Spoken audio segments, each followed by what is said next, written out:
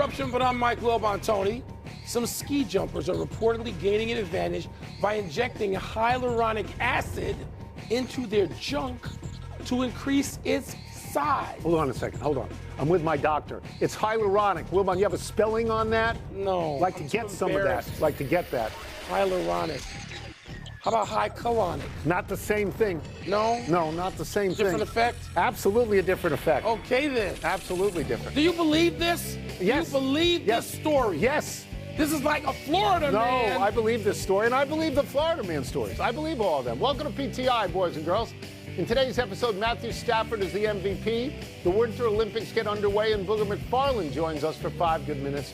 But we begin today with the upcoming Super Bowl, Seattle and New England. The last time these two teams met in the Super Bowl, the Seahawks chose to pass from the Patriots' 1-yard line, not hand the ball to Marshawn Lynch, and a Malcolm Butler interception decided the game for New England. That was 11 years ago, has no bearing on this game. Wilbon, which way are you leaning? Seattle. And you know, when the trade deadline came, I said Seattle. I thought that Seattle was the best team, at least in the NFC, all season. I think that the question is the same question it's been all year. Sam Darnold. Is Sam Darnold going to be the guy we saw all year, or the guy that they threw out of Minnesota before he was the guy that they threw out of New York? Well, he left Minnesota on his own, but yeah. Well, they kind of threw him out because if they wanted him, that's right, they could have kept him, and they decided they didn't, and shame on them. So, yeah, I'm looking at this as Sam Darnold based. He's got all the weapons out there, including when he's standing on the sideline, arguably the best defense in the National Football League. He can rely on them. He doesn't have to do too much himself. He doesn't have to feel all that pressure he might have felt other times in his career. I know New England is worthy, but I'm looking at also who they played in the regular season. Seattle was tested far more frequently.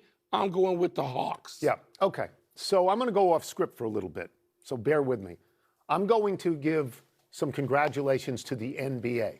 And I'll tell you why. A couple of years ago, the NFL decided that it wasn't going to cede Christmas Day to the NBA anymore. Yeah. Threw a couple of games in there and just cooked the NBA, destroyed their ratings. Someone in the NBA this year said, you know what, let's have our trade deadline during Super Bowl week. And as a result, they have pushed the NFL and the Super Bowl off page one. So I want to give them congratulations to the marketing people that understood how to do that. Let me get to this game. I think the better story would be if New England wins. I think they were 4-13 2 years in a row. They got a brand new coach to their team and a second-year quarterback, and nobody saw this coming. And if they win this game, maybe with Mike Vrabel and Drake May, maybe they begin to get in line for the legacy of Bill Belichick and Tom Brady. So I think it's the better story. But like you, I think Seattle's the better team. I think they're better on offense, defense, and special teams.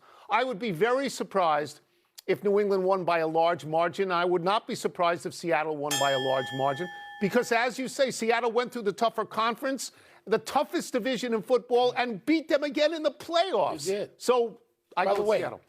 I knew you were going to go for the I-95 team in terms of better story. But let me just ask you this. Seattle's got a new coach. Not as new as Vrabel, but a new coach. And a quarterback everybody dumped on. So why isn't their story just as good? I think the other one's better, Of course but the Seattle one is a good story. Sam Darnold would be a great story.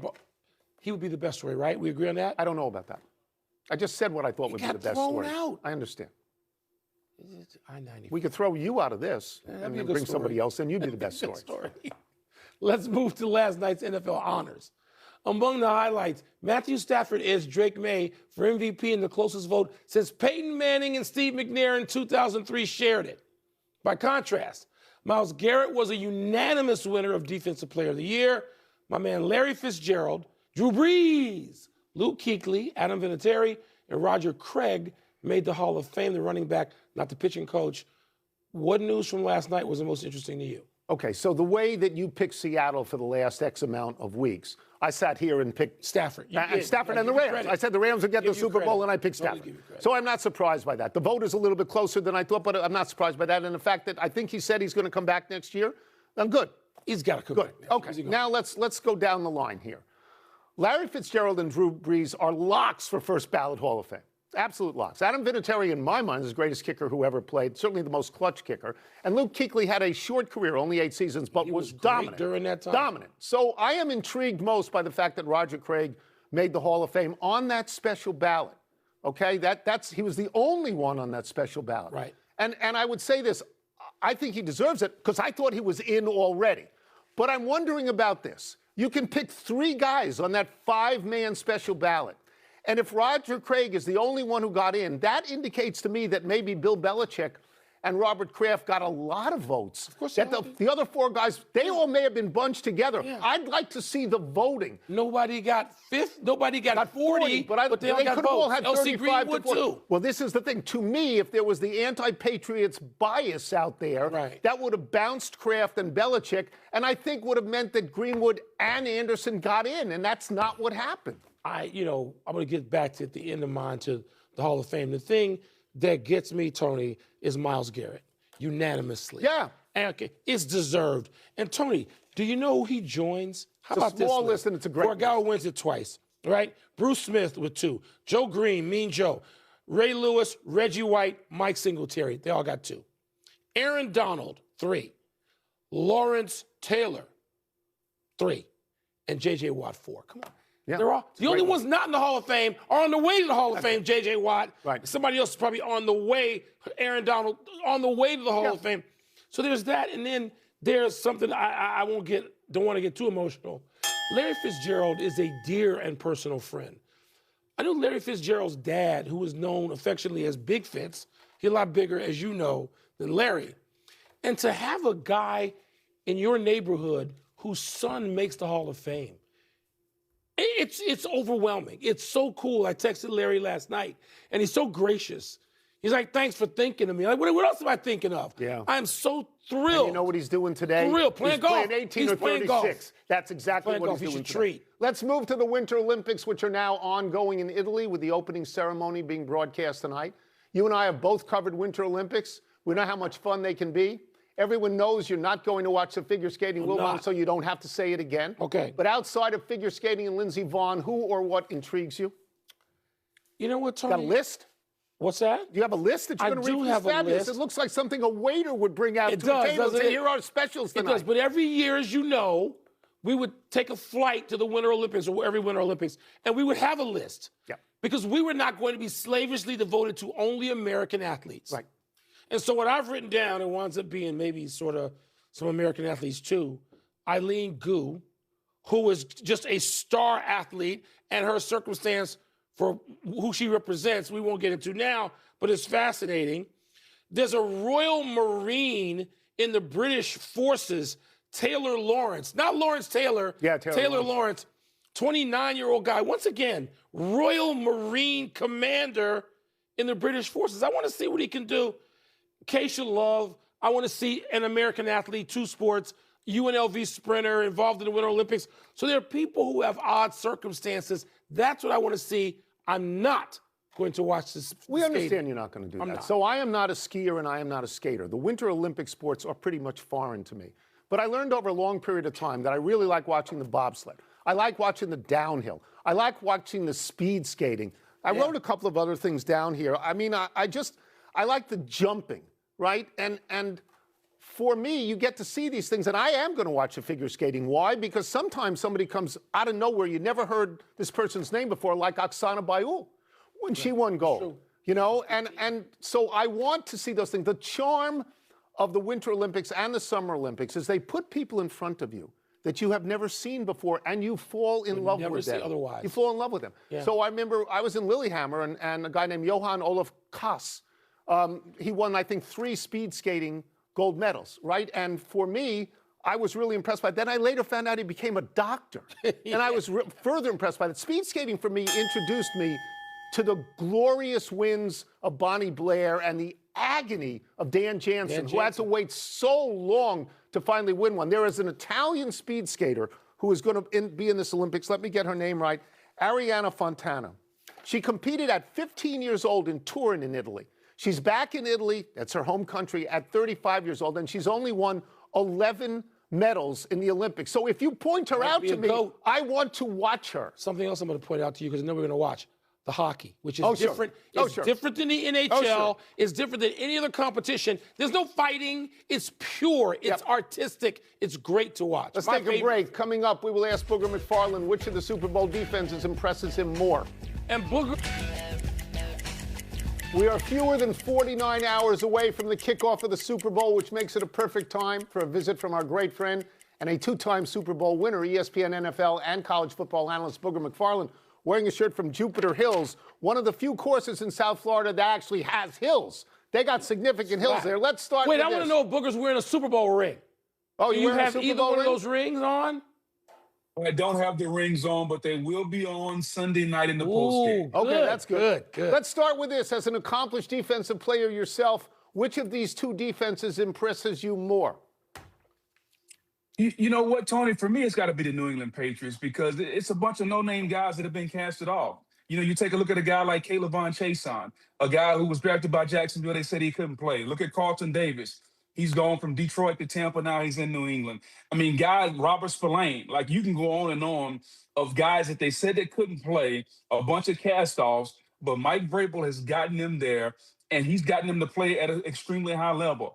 I love when a team gets guys that can play and you put confidence in them and these guys go out and perform because all these guys are like really rare athletes. Like anytime you make it to the NFL, you're a really good player. Sometimes coaches and organizations give up on you too soon.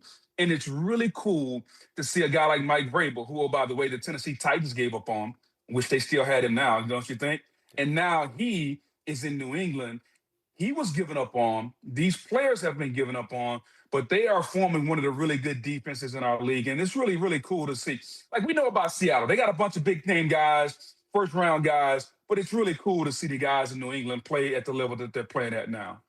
Well, one guy on Seattle who people gave up on, Mr. Sam Darnold, has been rattled, as you know, in some big games in the past, Booger, as a defensive player. Are there things you would try to do to get in his head early, hoping to return him to that guy who used to throw it to the other team a few times? You know what, Mike? It's really simple. And it doesn't matter if it's Sam Darnold, Tom Brady, Phil Simms, Patrick Mahomes.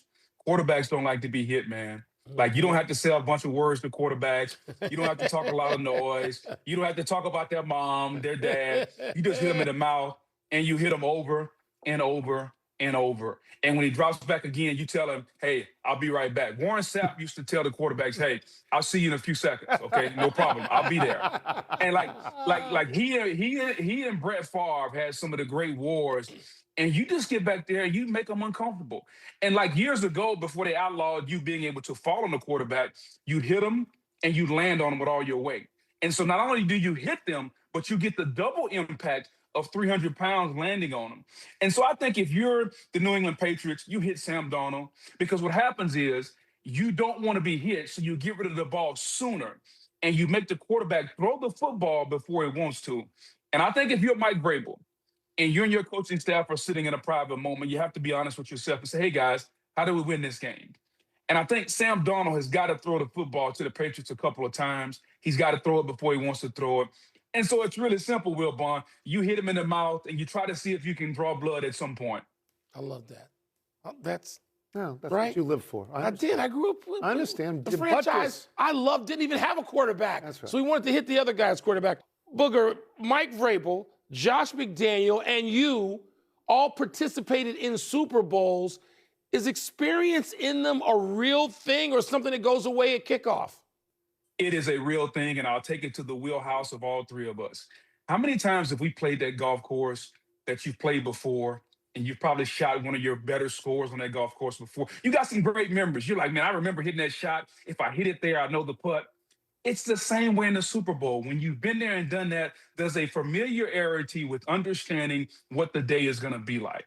Because if you haven't been there, you have no idea. Like, you can bring in all the guest speakers you want to tell you what's going to be like. Here's what the halftime is like. Here's what the pregame is going to be like. Here's how many superstars are going to be on sideline. But until you've been there, until you've made that putt on 18, think about Tiger Woods, Torrey Pines, 72nd hole, 18th green. He'd been there. He said, I knew what it was like. Now, you juxtapose that to somebody that hadn't. They may think about the situation too much or read more break into the putt, And so, Mike, man, it's really simple, man. When you've been in these games before, when you understand the magnitude of the moment, there's a comfort level. And I think ultimately that's what we're speaking of. It's comfort, understanding how you're going to breathe, how you're going to react, how you're not going to allow the moment to become too big and realize, guess what? It's just football, guys. Like it's 60 minutes, it's blocking and tackling, throwing and catching. And I think the team that approaches the game that level the quickest gives himself a better opportunity to win. All right, so with all the stuff that you have just said, which way are you leaning in this game and why? I stopped leaning a long time ago, Tony. I'm gonna give you the first pick of the week, and it's really simple. Vegas didn't build those tall buildings betting on the underdog. Now, that doesn't mean that the underdog can't win. It just means that the favorites usually are favorites for a reason. Seattle is the better team. And I think if I'm betting some of that Wilbon money from Arizona, some of that Kornheiser money from DC, I'm putting it all on the Seattle Seahawks because they've been the better team all season long. They faced a more formidable schedule. They're the more talented team.